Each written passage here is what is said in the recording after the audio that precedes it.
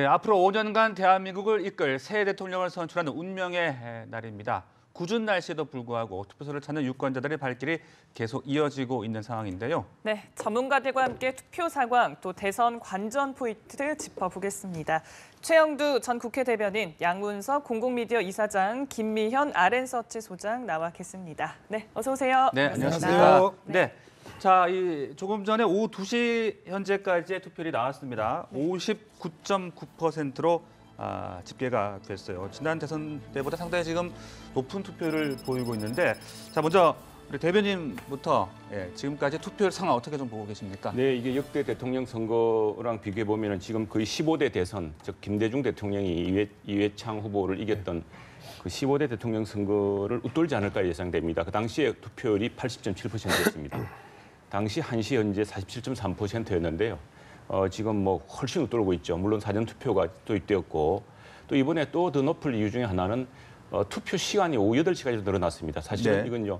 그 무슨 선거일이 공휴일이다 보니까 나들이 하거나 하다 보면은 사실 시간 맞추기 어려운 경우가 적지 않았습니다. 저도 투표하고 왔는데 맞추고 살겠습니다만 8시까지라는 것은 상당히 넉넉한 투표 시간을 보장하기 때문에 투표율이 월등히 높아질 것으로 봅니다. 네, 이사장님은 투표율 상황 어떻게 보고 계시고 좀 전망을 해보신다면요. 전망을 해보면 네. 지난 그 18대 대선하고 이제 좀 비교를 해볼 필요가 있잖아요. 네네. 75.8%, 75.9%가 이제 그 투표율이었는데 그때 오후 2시부터 오후 6시까지 집중적인 투표가 있었었고 네. 50대 이상이 대거 그 시간대에 나오기 시작을 했었거든요. 그래서 50대가 80%의 투표율을 기록을 했단 말이에요. 그런 측면에서 본다라면 이번에는 지난 8월부터 우병우 민정수석의 비리부터 시작해서 대통령의 탄핵, 그다음에 대통령의 파면, 대통령의 구속 이 전 과정 속에서 한 10개월 동안 국민들은 엄청난 정치적 각성을 할 수밖에 없었던 네. 것이고 네. 그리고 국민들 스스로가 한 표의 중요성에 대해서 어느 시기보다도 참 격렬하게 그리고 가슴 아프게 네. 느꼈던 시기였다. 그래서 엄청난 정치적 각성의 결과는 한 표의 투표가 총알보다 강하다라는 그 느낌들을 가지고 있기 때문에 실제 저는 80% 예측하는 많은 분들이 있는데 네네. 85% 정도 가지 않을까. 네. 그러면 부분들이 이제 아까 말씀하셨던 뭐 이 선거제도의 개선을 통해서 8시까지 그다음에 사전 투표율 그다음에 해외 재동포들 또 확장 이런 요인들도 있겠지만 가장 결정적인 부분들은 젊은 세대 20대, 30대, 40대의 정치적 각성이 실제 이번 투표율을 획기적으로 끌어올리는 견인차가 될 거다. 그렇게 분석을 하고 있습니다. 네, 저희 오후 1시부터 이제 사전 투표 등이 모두 그 결과가 합해진 그런 결과가 59.9% 현재 2시 기준으로 나오고 있습니다. 지금 투표율이 굉장히 높은 것 같은데 이렇게 높아진 이유 그리고 앞으로 전망 뭐 80% 중반까지 말씀하셨는데 소장님 어떻게 보세요? 근데 뭐 어떤 분들은 뭐 90%까지 가는 게 아니냐 지금 이런 얘기도 있습니다. 아까 말씀하신 대로 지금 뭐 투표 날짜가 하루가 아니고 지금 3일이잖아요. 그리고 시간도 이제 오늘 저녁 8시까지 하다 보니까 이게 투표를 할 수 있는 그 편의가 상당히 이제 유권자 입장에서는 상당히 좋아졌다 보니까 투표율이 좀 올라가는 것 같고요. 그렇다면은 아까 말씀하신 대로 뭐 15대 대선 때 그 80.7%는 뭐 거뜬히 넘지 않을까 하는 생각이 들면서 그렇다면 그 1987년에 13대 대선에서 세웠던 89.2%를 넘는 게 아닌가. 지금 뭐 그런 얘기도 있습니다만은 저는 뭐 좀 보수적으로 잡아서 80% 한 85에서 86 정도에서 끝나지 않을까 네. 뭐 조심스럽게 그렇게 점쳐보고요. 그리고 지금 앞에 우리 이제 말씀하신 것처럼 이게 투표율이 이렇게 높으면 누구에게 가장 유리할 것인가, 어느 쪽에 더 유리할 것인가 하는 면이 있는데요. 네. 아까 말씀하신 대로 투표율이 80%가 넘어간다고 한다면 모든 연령, 모든 지역에서 골고루 다 나왔다고 볼 수 있거든요. 네. 왜냐하면은 지난번 대선 때 그 75%를 넘었었는데 그때 20대 투표율이 60%가 좀 넘었었거든요. 그래도 그런 걸 감안해 봤을 때 80%가 넘어간다 그러면 60대 젊은 층에서도 상당히 투표에 많이 참여했다는 걸 알 수 있기 때문에 네. 어떤 의미에서 본다면 뭐 진보 진영에 유리할 수도 있겠지만 또 다른 측면에서 본다면 그동안 샤이 보수라는 얘기도 많이 하셨잖아요. 네. 그분들도 적극적으로 지금 투표장에 나온 게 아닌가 뭐 이렇게 또 볼 수 있지 않을까 싶습니다. 네, 알겠습니다. 네. 한 80%는 무난하게 일단 좀 넘어갈 수 있지 않을까. 80%대 중반대 정도 지금 예상들을 해주고 계시는데요. 자, 그렇다면 지금까지의 투표율 상황, 권역별 지금 집계 상황을 좀 보면서 또 이야기를 나눠보겠습니다. 네, 권역별로 지금 보시면요. 호남권이 지금 가장 높습니다. 65.3%의 투표율을 보이고 있고요. 네. 반면에 영남권이 지금 58.6%, PK 지역이 지금 가장 낮고 또 TK 지역도 59.1%좀 낮은 그런 투표율 상황을 보이고 있는 그런 지금 집계 현황 보고 계십니다. 글쎄요, 지금 호남권이 이렇게 높다. 이사장님 어떻게 좀 의미를 봐야 되는 겁니까? 지금 뭐 호남권, 영남권이 지금 보면 한 네. 7%포인트 차로 호남권이 높잖아요. 네네. 호남권은 역대 그 대통령 선거에서 평균 80% 이상의 항상 그 투표율을 보였던 전통적으로 상대적으로 가장 투표율이 높은 지역입니다. 두 번째, 안철수 후보와 문재인 후보가 아주 격렬하게 지금 충돌하고 있는 지역이 또 호남 지역이기 때문에 당연히 투표율이 높을 수밖에 없다라는 부분을 하나를 지적을 하고요. 네. 또 한 부분은 이제 영남권 그 투표율이 생각보다 훨씬 더 저조하다라는 겁니다. 전국 평균에서는 그 크게 떨어지지 않으나 영호남이 항상 그 투표율은 엄청나게 같이 높았었는데 그러니까요. 상당 부분 이제 저조한 부분들은 그동안의 보수 정부에 대한 지원과 지지들에 대한 이 실망감들이 많은 전문가들이 예측했던 것처럼 투표 포기 양상이 속출할 가능성이 높다라고 이제 했던 그 부분들을 서서히 이제 현실화되고 있는 것 아니냐, 이 부분들을 이제 지적할 수 있겠네요. 네, 소장님, 영호남 지역의 투표율 차이 어떻게 좀 보고 계십니까? 근데 좀 조금 다른 생각인데요. 네. 왜냐하면은 그 영남권이 지금 보면 59.1%로 나오는데요. 그런데 이제 호남권보다야 낮은 걸로 나오지만 유권자 수를 비교를 해보면요, 영남권은 근 1,000만 명입니다. 999만 명에 호남권은 427만 명밖에 되지 않거든요. 네. 그렇다면은 이 투표는 누가 더 많이 했느냐? 투표율은 낮지만 네. 상대적으로 계산을 해보면 영남이 훨씬 더 많이 갔을 거예요. 숫자도 무시할 수 없다. 숫자는 무시 못하는 거예요. 왜냐하면 지금 더블 스코어거든요. 그러니까 그런 관점에서 봤을 때 59.1%라 하더라도 이게 절대 낮은 숫자는 아니다. 59.1%라 한다면 지금 한 600만 명 정도가 투표하러 갔다는 얘기거든요. 반면에 호남권은 한 300만 명 정도 갔다는 얘기거든요. 그런 관점에서 본다면 훨씬 더 영남권이 어느 쪽에 지금 투표하느냐에 따라서 1등과 2등, 3등의 후보들이 당락이 좀 결정날 수 있는 숫자다. 그런 관점에서 봤을 때 저는 이 영남권에서는 마지막을 치닫을수록 저는 투표율은 좀 많이 좀 상승하지 않을까. 그래서 전국 평균치는 상회하지 않을까. 좀 그렇게 조심스럽게 예측해 봅니다. 네네. 저는 김 소장님 말씀에 약간 이견이 있어요. 예. 네. 어떤 부분이 이견이 있느냐면 전례가 없던 선거 과정에 있어서 가장 전례를 찾아보기 어려운 상황이 뭐냐면 지역 구도가 상당 부분 허물어졌던 과정이었습니다. 네네. 수많은 지지율 조사 과정에 있어서 심지어 대구 경북에서 문재인 후보가 1등하기도 했었거든요. 네. 한때는. 네네. 그런 측면에서 보면 지역 구도가 상당 부분 허물어진 상황에 있어서 이 투표율에 지역의 투표율이 많은 영향을 미치기는 사실상 어렵다라고 이제 보는 측면에서 이제 제 입장이 있고, 이제 그 김 소장님 입장은 그 기존의 대선 판세를 분석하는 틀 속에서 상당 부분 그 네. 충실한 분석 아니냐. 예. 저는 그렇게 생각을 합니다. 네, 네, 두 분께서 알겠습니다. 다른 네. 분석을 해주셨는데, 글쎄요, 대변인께서는 어떻게 보십니까? 역대 선거에서 사실 그 지역별 몰표 현상이 반복되지 않았습니까? 네, 이번에는 네. 좀 사라질 수 있을까요? 그러니까 이제 영호남, 같이 영호남 이야기하는데 사실은 좀 구분해서 봐야 될 게 영남에서 TK와 PK를 또 구분해서 봐야 됩니다. 사실은 이 분석을 해보면은 전체 유권자 대비 광주 전남이 10%입니다. 전체 유권자에서 또 TK가 10%입니다.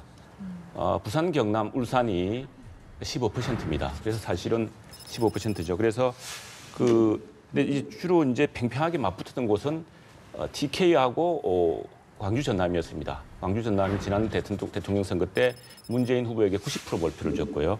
그다음에 TK는 이제 박근혜 후보에게 80% 몰표를 줬죠. 당시 PK가 조금 나눠 가져졌는데 이번에 PK에서는 이제 문재인 후보가 부산 출신이니까 또 거제도 태어났으니까 과반을 넘겠다 지금 이렇게 목표를 세고 있고 반면에 또 이 홍준표 후보 같은 경우는 경남지사를 했고 또 이쪽 지역 출신이기 때문에 역시 이쪽에서 전통의 텃밭을 지키겠다 이렇게 맞붙어 있습니다. 안철수 후보도 또 부산 출신이고 그래서 이제 PK 쪽이 상당히 표심이 좀 갈릴 것 같은데 마지막 그 선거 여론조사 공표 가능했던 마지막 선거 여론조사를 종합 분석을 해보면은 이 PK 부산, 울산, 경남 같은 경우에 문재인 후보 37%, 홍준표 28%, 안철수 26% 이렇게 나왔을 거예요. 이게 이제 이전과 다른 점이죠. 특히 이제 TK가 재밌는데 TK에서 홍준표 후보가 29%, 문재인 후보 26% 나왔습니다. 이 과거에 좀 생각해 볼 수 없던 부분이고 특히 이제 호남 쪽 보면은 49%, 30% 여기서는 이제 문재인 안철수 후보가 팽팽하게 맞붙어 있기 때문에 이거 참 이 지역 구도 몰표 현상으로 쏠리던 지역 구도가 상당히 이제 무너졌다 이제는 무너지고 이제는 좀 더 세대 투표 양상이 더 결정적이지 않겠나 이렇게 보여집니다. 네. 그래서 또 이제 그런 점에서는 이제 우리 지역 구도가 무너졌다는 점에서는 한편 진일보한 선거 양상이다 이렇게 볼 수 있겠습니다. 네, 권역별로 좀 저희가 짚어봤는데 방금 말씀 예. 꺼내주신 대로 세대별로도 좀 이야기를 해보죠. 젊은 층들이 투표소로 많이 갈 것이냐 또 캐스팅 보트 50세대, 50대들은 또 표심이 어디로 향할 것인가 분석을 좀 해주시죠. 예전 선거를 보면 40대가 항상 캐스팅 포트를 지었는데 네. 지난 2012년 대선 18대 대선에서 50대가 이제 캐스팅 포트를 이제 지는 형국이 나타났죠. 그리고 이 50대가 소위 말하는 386 세대들이었단 말이에요. 그래서 386 세대들이 50대 중후반까지 지금 이제 밀려 있는 상황이기 때문에 50대의 결정이 가장 큰 이 결정을 할 거다라는 측면을 이야기를 하고요. 그다음에 20, 30, 40대의 투표율이 역대 최고가 나올 가능성이 아주 높다. 계속해서 촛불 집회 이야기를 할 때 1,700만 국민들이 촛불에 나왔는데 그 중심이 20, 40대였다는 거죠. 그런 측면에서 본다면 투표 하나가 아까 제가 이야기했잖아요. 투표 하나가 총알보다 더 무섭다라고 이야기를 했던 것들을 절절하게 느꼈던 세대들이고 정치적 각성을 했던 세대들이기 때문에 20, 40대가 대거 투표장에 나올 가능성이 높다는 측면들을 이제 이야기한다면 지난 18대 대선하고 비교하면 지난 18대 대선은 50대 이상이 80%의 투표율을 기록하면서 아프거나 해외에 있거나 그 정말 불가피한 일 때문에 투표하지 못한 사람을 제외하고는 거의 다 나왔다. 이제 이번에는 20, 40대가 그러한 투표율을 기록할 가능성이 높고 50대의 표심이 상당 부분 60항쟁 이후에 그러한 그 추억과 전설을 따를 가능성이 이제 높다라는 측면에서 적극적인 투표층으로 전환할 것이다라고 하는 부분을 이제 분석하고요. 저희 꼭 이야기하고 싶어요. 지난 선거와 이번 선거에 다른 점이 몇 가지 있습니다. 5가지 정도가 있는데 하나는 관건 선거라는 언론 보도가 전혀 없습니다. 그죠? 두 번째 돈 선거라는 보도가 전혀 없습니다. 그다음에 세 번째가 언론에 있어서 기울어진 운동장 운운하면서 편파 방송 시비가 거의 없던 시기고요. 마지막으로 지역 구도가 무너진 시기입니다. 그다음에 딱 한 개만 남았죠. 색깔론만 풍성했을 뿐이지 이전에 구태였던 관건선거, 돈선거, 편파방송, 그다음에 지역구도가 무너진 선거였기 때문에 전체적으로 아주 합리적이고 상식적인 유권자들이 대거 투표장에 가면서 바이어스드나 편향되지 않은 제대로 된 선거가 이번에 한번 나오지 않나 이런 얘기들을 하는 거죠.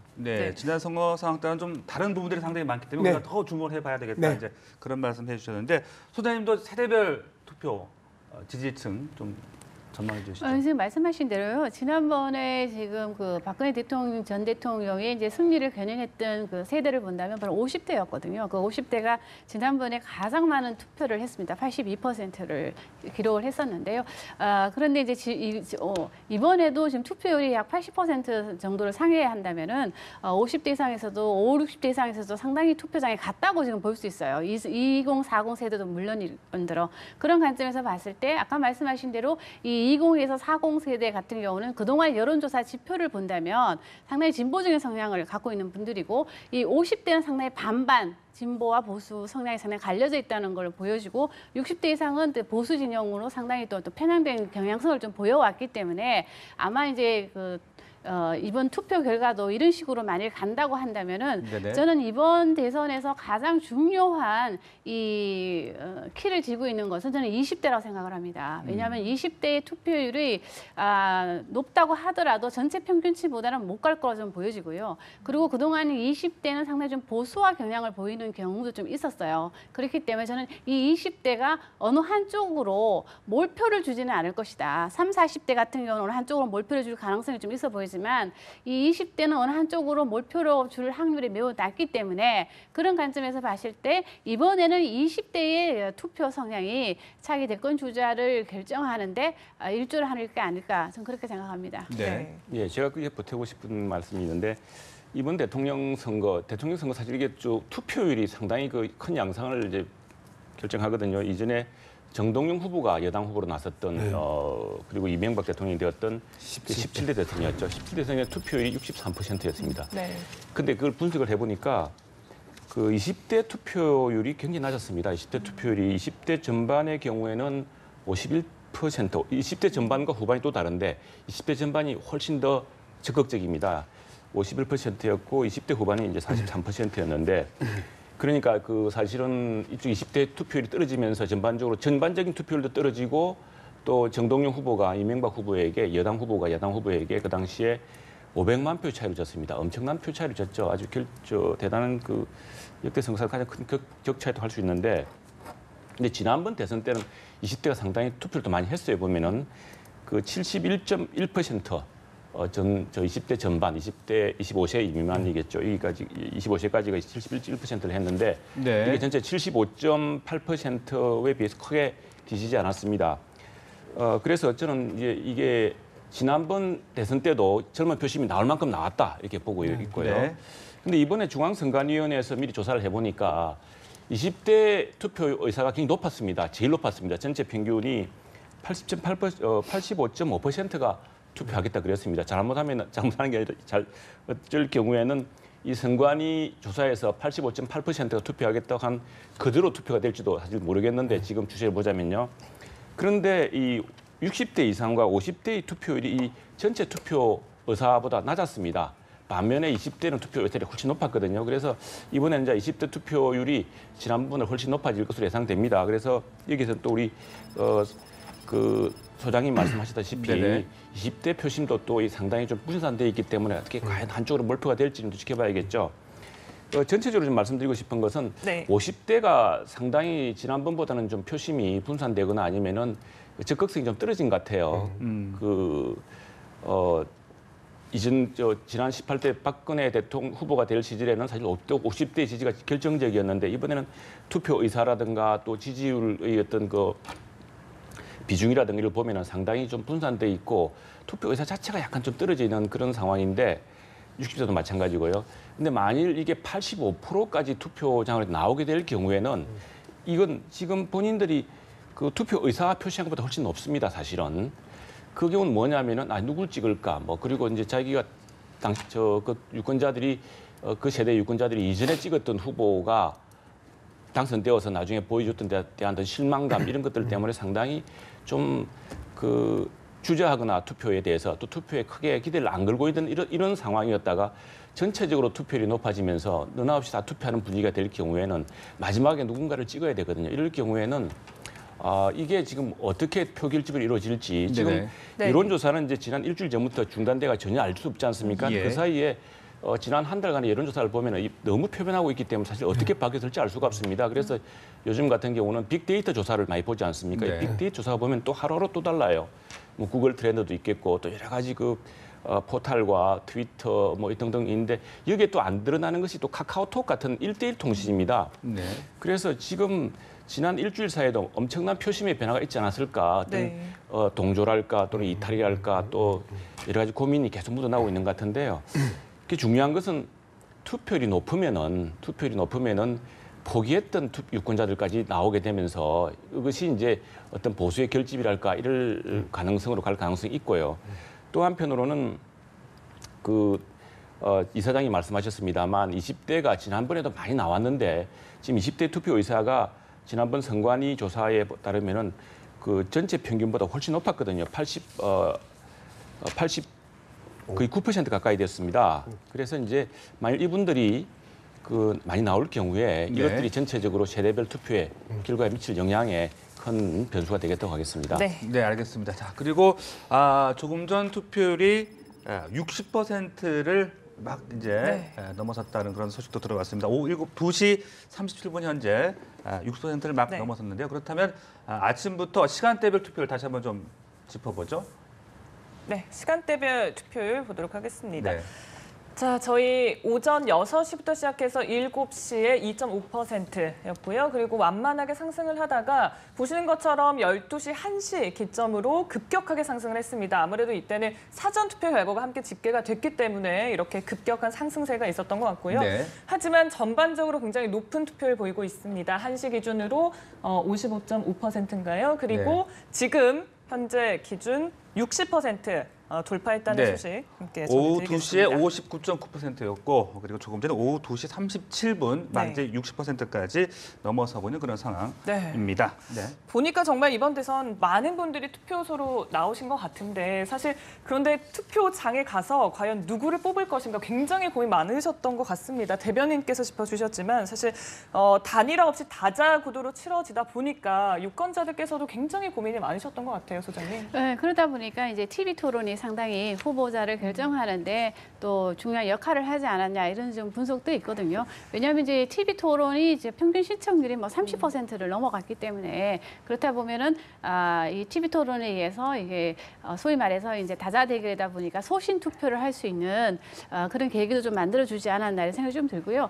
단 한편으로 보면은 이 다자 대결이다 보니까 이 후보에 대한 어떤 초이스가 많아졌다는 게 어떻게 보면 유권자 입장에서는 상당히 좀 긍정적인 면도 저는 있다고 보여집니다. 네. 그렇기 때문에 후보자들이 이제 결정하는 데 있어서는 상당히 다자 대결에 좀 영향을 미치는 것 같고요. 또 하나 지금 이 투표장을 갈 때 예전에는 우리가 생각할 때 이념이라든가 아니면 세대라든가 아니면 지역 같은 것이 후보자를 결정하는데 중요한 변수가 됐다고 한다면 지금의 또 하나의 또 변수가 바로 이제 박근혜 전 대통령의 국정농단 사건이 또 하나의 이 투표를 이제 후보자를 결정하는데 하나의 또 요인으로 작용을 한다는 거죠. 그러니까 그런 관점에서 봤을 때는 그렇기 때문에 이 투표율이 상당히 높아지고 있다고 보여지고 어쨌든 간에 뭐 여론조사 그동안에 발표되지 않았던 일주일간의 깜깜이 기간을 제외하고 이전에 발표됐던 여론조사 결과를 보면은 상당히 1강 2중 뭐 이 야구 구도였는데 저는 오늘 뭐 어쨌든 간에 8시에 이제 뚜껑을 열어봐야만이 정확하게 알 수 있지 않을까 하는 생각이 좀 들고요. 그러나 저는 아까 지금 말씀하신 대로 투표율이 높아졌다고 하는 것이 보수 후보, 보수 유권자들이 많이 나오는 것이 아니냐. 그래서 보수 진영이 좀 유리한 것이 아니냐 하는 해석을 해주셨는데 저도 그건 일정 부분 동의를 하면서도 투표율이 이렇게 80%가 넘어간다는 얘기는 바로 2040 세대가 많이 나왔기 때문에 이 수치가 가능한 거예요. 그러니까 2040 세대가 지난번 대선처럼 나왔다면 80%가 넘어갈 수가 없거든요. 그렇기 때문에 그런 관점에서 봤을 때 각자의 진영에서 최대한 지지층들을 투표장을 끌어오는 데는 지금 성공을 한 것 같아요. 그렇기 때문에 결국에는 우리가 아무리 좋은 얘기를 뭐 이념도 탈지역, 뭐 탈이념이라고 얘기는 하지만 결국에는 이것이 진영 간의 대립으로 가는 게 아닌가 이런 생각이 좀 듭니다. 네. 이사장님께서는 어떻게 보세요? 이번 선거 깜깜이 선거라는 얘기 나올 정도로 계속 그 표심을 좀 예측하기가 어려웠는데 막판까지도 표심 변화 계속됐던 것 같습니다. 근데 역대 선거를 쭉 보면 공식 선거 운동 직전에 나왔던 지지율이 크게 변동 없이 그대로 갔습니다. 특별한 경우 없이 다 그렇게 갔었고 그다음에 깜깜이 선거가 들어간 직전 발표한 이번으로 보면 5월 3일 날 발표했던 10개의 그 여론조사 결과가 크게 변동 없이 갑니다. 그리고 또 한 가지의 특징이 공식선거운동 시작하면서 전체 5% 정도의 더하기 빼기가 있었을 뿐이지 5%포인트 안에서 뱅글뱅글 도는 여론조사 지지율이 나오는 거거든요. 그런 측면에서 본다면 지난 금요일 날 지난번에 나왔던 이제 한국갤럽을 보면 마지막 한국갤럽 조사 발표가 문 38, 그다음에 안철수 후보가 20, 그다음에 홍준표 후보가 16, 그다음에 심상정 후보가 8, 그다음에 유승민 후보가 6. 이제 요 흐름에서 네. 큰 변동이 있을 수가 없다. 왜 그러냐면 깜깜이 선거 직전과 깜깜이 선거 이후에 뭔가 획기적인 정치공학적인 뭐 후보 단일화라든지 이러한 정치적 이벤트가 없었습니다. 그다음 두 번째 결정적인 그 후보 검증 과정 또는 네거티브가 없었습니다. 즉 이 깜깜이 선거 이전과 이후에 깜깜이 선거 이전을 뭔가 엎을 수 있거나 뒤집을 수 있는 정치적 이슈가 없는 부재한 상황에 있어서 이번 오늘까지 이제 오는 거란 말이에요. 그러면 결국은 이 흐름이 그대로 유지될 가능성이 아주 높다라는 측면이고 여기에 유일하게 이제 변수가 들어오는 게 뭐냐면 투표율입니다. 네. 네, 투표율인데 지난 이 선거 때는 75.8%, 이번에는 최소 80에서 저처럼 뭐 85%까지 예측을 하는 사람이 있는데 아까 이제 세영도 국회 대변인께서 말씀하셨던 이야기 중에 지난 18대 때 20대가 60% 가량 투표를 했습니다. 그리고 앞서 말씀드렸던 것처럼 50대 이상이 80% 정도 투표를 했단 말이에요. 이런 측면에서 본다면 선관위 조사 결과 85% 정도가 20대가 투표를 하겠다라고 이야기를 했는데요. 여기에서 참 재밌는 이 포인트가 하나 있습니다. 사전 투표율을 선관위가 예측할 때 20% 정도 예측을 했는데 네. 26%가 나왔잖아요. 그렇다면 이번에 선관위가 이야기했던 20대 투표율 85%를 예측을 했었으면 85에서 89%를 예측을 했기 때문에 적어도 20대가 85에서 90% 정도의 투표율을 한다면 전체 투표율이 85% 이상을 넘어갈 가능성이 높고 그다음에 진보 진영의 후보자들이 보다 유리한 국면으로 흐를 가능성이 높다라고 이제 조심스럽게 예측을 하는 거죠. 네, 알겠습니다. 자, 그리고 유승민 후보나 심상정 후보의 득표율이 얼마나 될 것이냐 이 부분도 좀 관심이 모아지고 있습니다. TV 토론과 이제 유세 등을 거치면서 상당히 좀 지지층을 좀 끌어모으는 그런 모습이었거든요. 두 자릿수를 보일 것이냐 또 15%를 넘어설 것이냐 이런 얘기들도 나오고 있는데 어떻게 보십니까?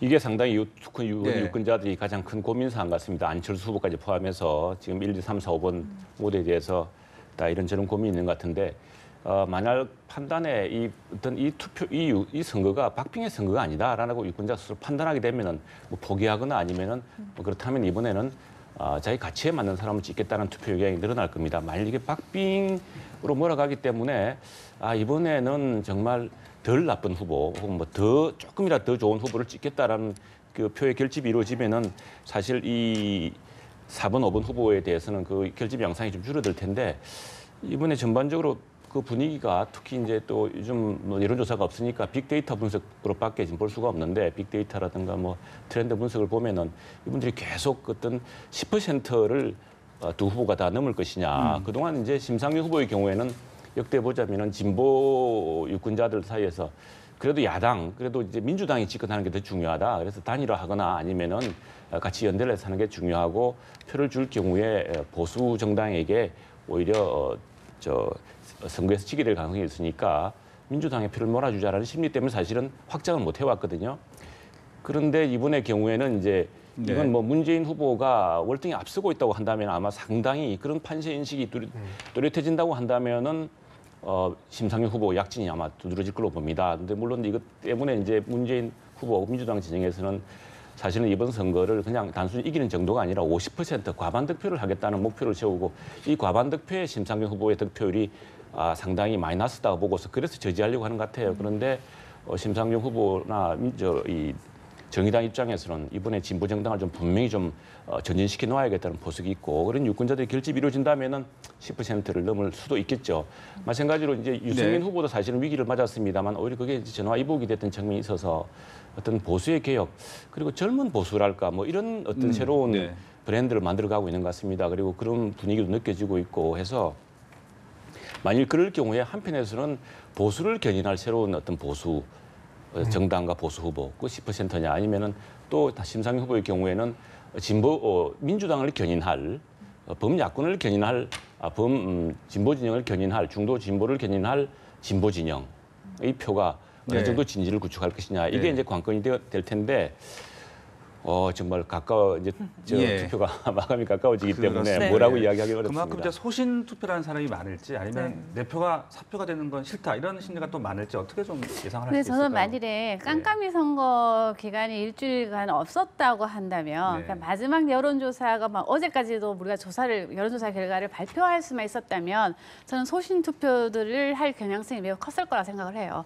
그러나 안타깝게도 네. 이게 깜깜이 기간이 있잖아요. 예. 그러니까 물론 아까 말씀하신 대로 그 마지막 발표된 여론조사 결과에서 진보 진영의 그 문재인 후보가 앞서고 있는 걸로 나온다고 하더라도 일주일간의 그 깜깜이 기간 중에는 무슨 일이 일어난지는 유권자들이 모르는 상황이기 때문에 이렇게 위험한 도박을 하기에는 진보 진영에서는 두려움도 있다는 거죠. 왜냐하면 진보 진영 입장에서는 이번엔 정말로 정권 교체를 해야 되는데 네네. 이 정권 교체를 우리가 조금이라도 방심을 하면 불가능하다고 느낄 수도 있는 그런 측면도 있단 말이에요. 그러니까 그런 계산을 했을 때는 예. 소신 투표를 하고 싶은 마음이 들다가도 네. 정권 교체를 해야 되지 않냐, 완벽하게 완전하게 그런 마음도 들기 때문에 이 심상정 후보가 지금은 본인이 이제 유세를 다니며 상당히 이제 반응도 좋고 하다 보니까 뭐 15%까지도 올렸는데요. 그러니까요. 예. 저는 개인적으로 볼 때 10% 선을 넘을 수 있을까? 저는 뭐 상당히 뭐 지금 투표율이 높아짐에 네네. 따라서 심상정 후보 측에서 상당히 기대를 할 수 있는 요인은 지금 생겼다고 보지만 네. 과연 가능할까 하는 이런 좀 의구심이 좀 드는데 저는 여기 상당히 지금 관전 포인트인 게 누가 가든 4위를 하고 누가 예. 5위를 할 것이냐. 그렇습니다. 네. 저는 이것도 상당히 관전 포인트가 아닐까 싶습니다. 소신 투표를 하고 싶다고도 막상 또 투표장에 가면은 그것이 또 쉽지는 않다 이제 그런 말씀해 주셨습니다. 네. 그래요.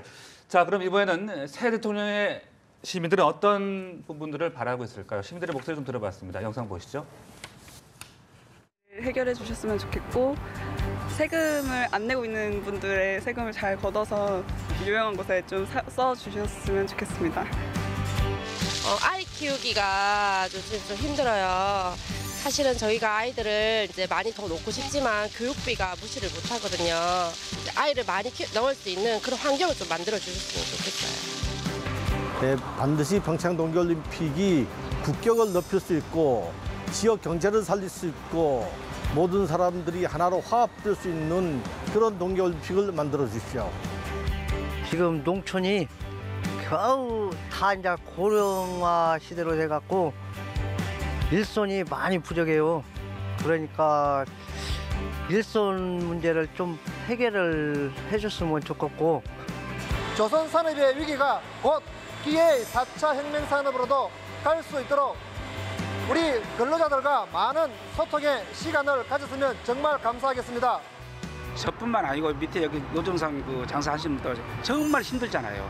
경제를 살린 것이 앞으로 대통령이 하실 일이 제일 먼저라 생각해요. 경기도 좀 활성화되고 중국하고 좀 관계가 좀 잘 좀 풀렸으면 좋겠습니다. 지금 우리가 피해가 많잖아요. 중국이 뭐 관광객도 많이 줄고.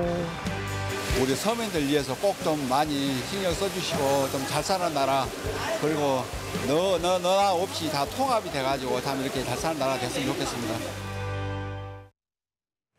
네, 시민들의 목소리 함께 듣고 왔습니다. 네. 여기 계신 분들은 어떤 대통령 원하시는지 궁금한데요. 이 사장님 말씀해 주세요. 뭐 일단 분석을 좀 해야 되는 부분이 있으니까 네. 많은 대통령 그 공식 선거 운동 과정에서 대통령 후보들 간에 있어서 가장 격렬하게 충돌했던 영역 중에 하나가 안보 영역이었었거든요. 네. 근데 저렇게 서민들하고 인터뷰를 하면 안보에 대한 이야기는 거의 나오지 않아요. 말 그대로 서민 경제에 대한 문제가 나오고요. 네. 또 하나 특이한 점은 이제 저는 그 경남 토영에서 살고 서울에 이제 방송을 하러 이제 올라오는 그 직업인데 사람들을 만나 보면 이런 이야기를 참 많이 하더라고. 도둑질하지 않을 대통령. 네, 이런 이야기를. 즉 박근혜 대통령의 파면 과정을 느끼면서 선거로 뽑아준 많은 권력자들이 그거는 대통령이고 도지사고 시장이고 군수고 할 것 없이 다 해먹더라. 그런 측면에서 본다면 많은 분들이 가장 적게 해먹을 사람. 이제 이런 부분들은 저렇게 언론과 네. 그 인터뷰에서 잘 안 잡히는 내용들이거든요.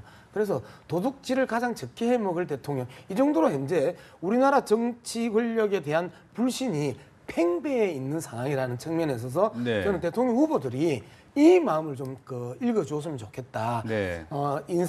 당선되는 대통령 후보가 이제 대통령이 되면 인사 과정에 있어서 그 팽가르기 네. 이런 부분도 제발 하지 말고 대탕평하겠다고 했으면 대탕평해라. 지역과 세대와를 다 고루 좀 섞어라.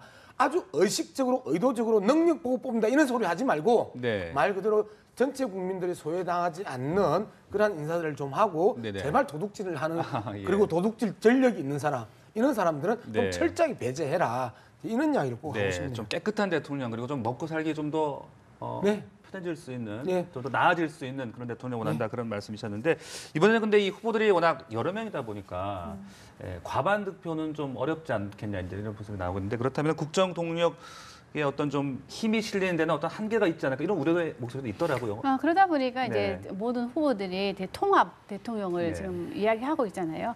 근데 이제 뭐 가반 득표를 할 수 있을까 없을까는 뭐 다자대결이니까 불가능하다고 지금 예측들을 많이 하시는데 선거는 뚜껑을 열어봐야 되는데 네. 저는 만약 이렇게 높은 투표율을 이다면 뭐 불가능한 숫자라고 생각은 하지 않아요. 가능할 예. 수도 있겠다는 끝까지 봐야 생각이 되겠다. 끝까지 예. 봐야 되겠다. 그럼에도 불구하고 그동안 이제 나온 여론조사 결과를 보면 한 번도 이제 가반을 넘은 조사가 없기 때문에 가반은 좀 불가능하지 않을까 이렇게 생각을 하면서도요. 저는 이제 우리 그 차기 대통령이 누가 될지는 모르겠지만 저도 뭐 한마디 좀 드리고 싶은 얘기는 뭐냐면 박근혜 대통령을 좀 반면 교사를 삼는다면 박근혜 전 대통령이 가장 잘못한 것이 뭐 인사농단, 국정농단 이걸 떠나서 무슨 얘기냐면 이 소통을 하지 않았다는 거예요. 그러니까 국민들이 무슨 생각을 하고 있는가를 전혀 경청을 안 하셨어요. 그러다 보니까 국민과 대통령 사이에 크나큰 벽이 있었던 거예요. 네. 그 벽이라는 게 별거 아니거든요. 좀 더 가까이 국민들 속으로 좀 들어가서 국민들하고 이야기하고 듣고 했으면 충분히 알 수 있는 상황이었는데 그런 점을 좀 소홀히 했다는 거를 본다면 저는 차기 대통령은 정말 국민과 소통하는 그런 대통령이 됐으면 좋겠습니다. 네, 소통을 또 강조를 해주셨고 대변님은 새 대통령 어떤 점 좀 특히 바라고 싶으세요? 저는 우리 새 대통령이 네. 이제 그 배워야 될 교훈 한 두 가지 정도 두 대통령의 전례를 좀 봤으면 좋겠습니다. 하나는 그 역시 이명박 대통령을 한번 역지사지로 봐야 될 것 같은데 이명박 대통령이 사실은 2007년 대통령 선거 때 압도적으로 이겼습니다. 500만 표 차이로 이겼습니다. 그리고 이어서 바로 또 국회의원 선거에서도 수도권 대승을 했고요. 그래서 집권 여당이 엄청나게 좋은 환경을 맞았는데 곧 5월에 광우병 촛불을 맞았죠. 국정이 휘청거렸습니다. 근데 따지고 보면요. 당시에 투표율 63%, 그다음에 득표율 40몇 프로 해가지고 따지고 보면 30% 국민의 찬성을 얻었던 대통령이었습니다. 이게 득표를 보자면 노무현 대통령보다 득표가 낮았습니다. 득표 전체로 보자면은. 그러니까 이번에 누가 되더라도 사실은 어느 경우든 100% 투표해서 과반 득표하지 않는 이상 과반 대통령이 힘듭니다. 그럴 경우에 정말 이게 오로 나싱의 제왕적 대통령이 아니라 정말 다소 조만의 그런 어떤 철학에 따라서 대화하고 타협하고 이렇게 돼야 될 텐데요. 다른 한편으로 이제 87년 대통령 선거 때 노태우 대통령이 돼서 우리 물태우라 그러기도 하고 좀 무능하다 그러기도 하고 또 나중에는 비자금 사건으로 또는 반란 사건으로 옥고를 치렀습니다만 외교 안보 측면에서 보자면 노태우 대통령이 굉장히 빛나는 시기였습니다. 북방 외교라든가 또 우리나라 남북한 기본 조약이라든가 또 비핵화 조약도 이끌었던 그런 외교적 성과가 컸는데 국내적으로 보자면은 사실은 그 당시에 이제 38%로 집권 대통령이 됐습니다. 그리고 김영삼 29%, 김대중 28% 이렇게 됐는데 네. 그 직후에 바로 여소야대라는 게 만들어졌습니다. 지금도 여소야대입니다. 사실은 참조할 게 참 많은데요. 그래서 당시에 이제 50 청문회도 있었고 국회가 아주 대화와 타협으로 상당히 큰 이정표를 많이 세웠습니다. 바로 그 시기에 또 나중에 우리나라 대통령이 되는 분들도 여기서 아주 이름을 날리게 되고 노무현 대통령이 이때 나왔고 그래서 이런 어떤 국회가 굉장히 대화와 타협으로 이루어지고 또 여소야대가 야대인데 불구하고 대통령이 그 상황을 잘 적응해서 밖으로는 외교적인 어떤 업적을 이루어내고 안보적인 어떤 진전을 이루어내고 안으로는 네. 대화와 타협을 통해서 국정을 안정시켜 나가는 그런 점이 있다고 봅니다. 그래서 네네. 저는 새 대통령이 혹은 크게 이기더라도 자만해서는 안 되고요. 그건 네. 바로 이명박 대통령의 교훈이고 또 간신히 여소야대가 되더라도 오히려 그걸 전화위복으로 해서 대화 타협으로 그리고 정작 대통령이 필요한 건 외교 안보입니다. 네. 외교 안보에서 정말 국익을 지킬 수 있는 그런 네네. 대통령이 되기 네. 바랍니다. 알겠습니다. 네, 이렇게 새로운 대통령에 바라는 점까지 세 분과 함께 얘기 나눠봤습니다. 오늘 말씀 고맙습니다. 고맙습니다. 네.